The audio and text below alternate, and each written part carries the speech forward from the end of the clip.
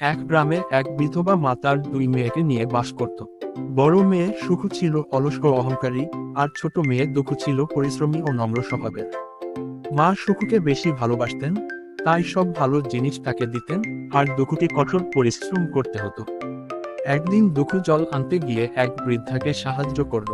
বৃদ্ধা খুশি হয়ে তাকে এক আশীর্বাদ দিলেন, তার হাতের ছোঁয়ায় সবকিছু সোনায় পরিণত হবে। দুঃখু ফিরে এসে মা ও বোনকে বিষয়টি জানালে তারা ঈর্ষান্বিত হল। এরপর সুখু একই আশীর্বাদ পাওয়ার আশায় সেই বৃদ্ধার কাছে গেল, কিন্তু সে ছিল অভদ্র ও অহংকারী, তাই বৃদ্ধা তাকে অভিশাপ দিলেন, তার মুখ দিয়ে কেবল বিষাক্ত প্রাণী বের হবে। সুখু ভয় পেয়ে বাড়ি ফিরল, আর মা তখন বুঝলেন সত্যিকার মূল্যবান গুণ হল নম্রতা ও পরিশ্রম। অবশেষে দুঃখু তার সততা ও পরিশ্রমের ফলে সুখী হলো, আর অহংকারী সুখু পেল তার কর্মফল। এই গল্প আমাদের শেখায় যে ভালো গুণ ও পরিশ্রমের ফল সবসময় মঙ্গলজনক হয়।